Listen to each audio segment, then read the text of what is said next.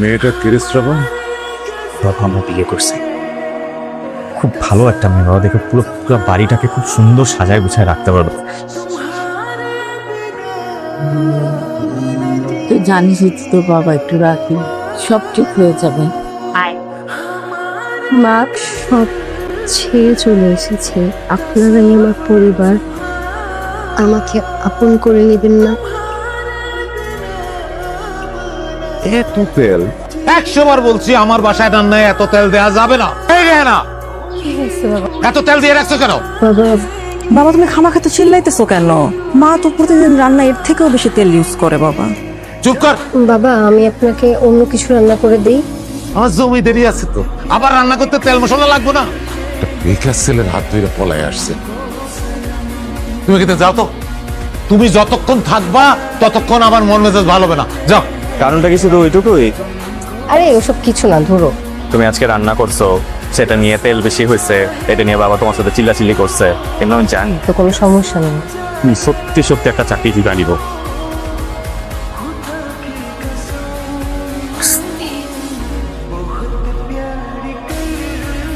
জিনিস আছে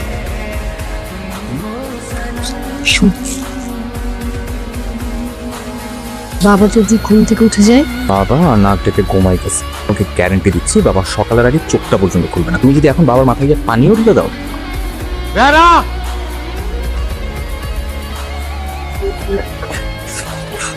এত রাত এখানে কি করা হইতেছে? ওয়াশরুমে বাতি জ্বলে কেন?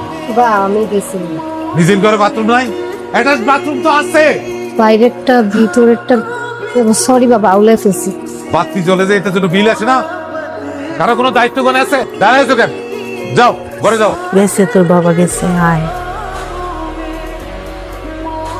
এমনি আর কতদিন? হ্যাঁ একটু কিছু কর।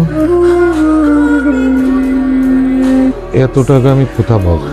আমার বেশ কিছু বন্ধু বান্ধব যাইছে। আমার কাছে তো কেবল একটা ডিপোজিটই আছে।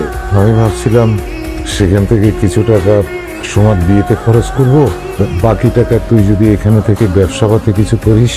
বাবা শ্রাবণ যেহেতু চাইছে ওকে দিয়ে দাও না, অস্ট্রেলিয়া গেলে তো ও একা ভালো থাকবে না, আমরাও তো ভালো থাকবো। ওরা তখন এত করে চাইছে, দিয়ে দাও। কি রে, তুই না বিষয় আনতে গেলি? বিষয় হইছে? আমার ভিসা হবে না। আরে হবে না তো কি হয়েছে? এত চিন্তা করার কি আছে? তুই যাই ওদের থেকে টাকা ফেরত নিয়ে আয়, এত চিন্তার কি আছে? কি? বাবা আমার ওই বন্ধু সায়েম আছে না, হ্যাঁ, সায়েম আসলে কোনো এজেন্সির লোক না, ও আমার আর আরো কয়েকজনের টাকা পয়সা নিয়ে পালাইছে। তোর বন্ধু টাকা নিয়ে পালাইছে? কি করছিস তুই? কি করছিস তুই? কোনো কথা নাই। কি করছিস তুই? আমার শেষ করে দিছিস। আমার শ্রেষ্ঠ বন্ধু আমি দিছি। শ্রেষ্ঠ বন্ধু কি?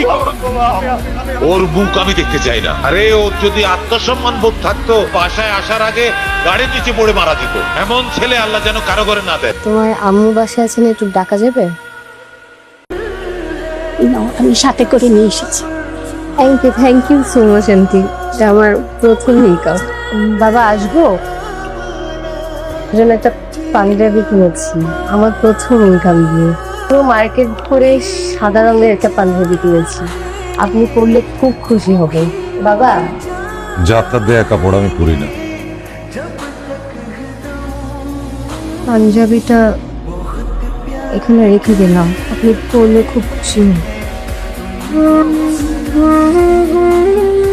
তাতাই খাও, বাবা আসলে সমস্যা হয়ে যাবে।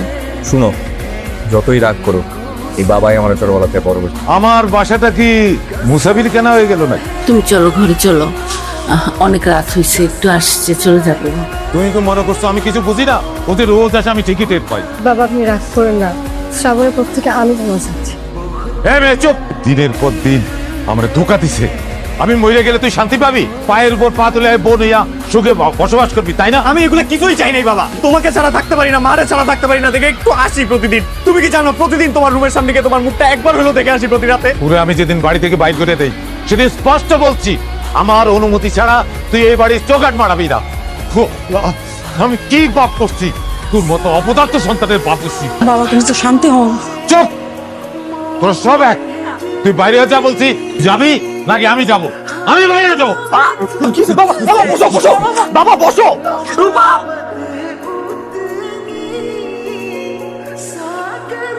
বাবার হার্টের সমস্যা হবে।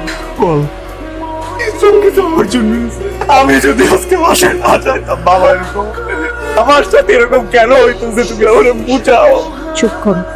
বাবার অপারেশন হবে, বাবার অপারেশন হবে আর সেটা তুমিই করাবা।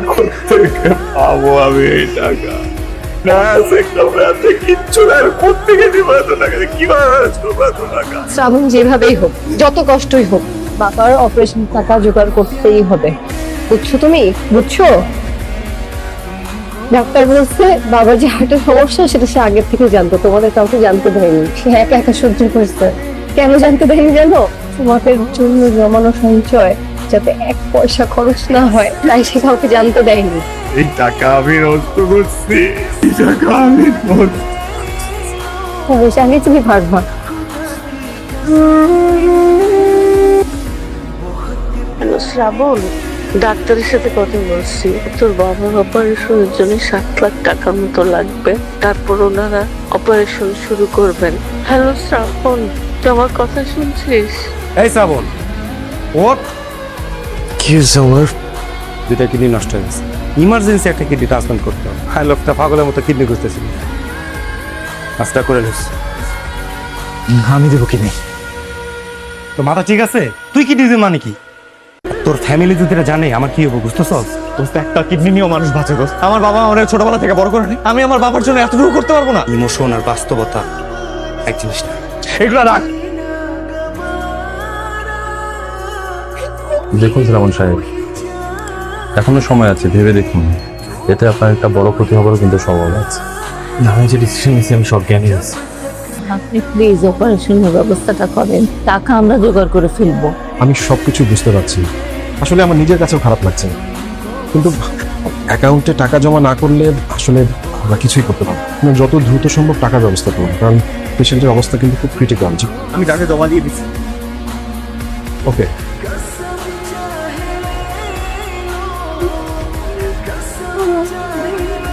আমার প্রিয় হীরা মানিকেরা, জানি না তোদের মুখে আর আব্বা ডাকটা শুনতে পাবো কিনা।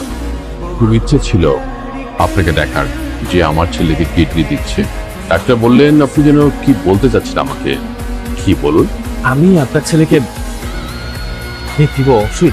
দেখি একটা সপ্তাহ অপারেশন চাইছি। কেন?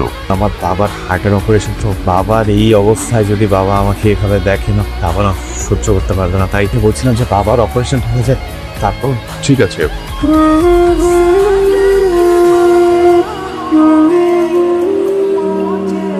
অপারেশন সাকসেসফুল, আপনার বাবা এখন রিস্ক ফ্রি। এরকম একটা সিদ্ধান্ত নেওয়ার আগে একবারও আমার কথা ভাবলে না তুমি?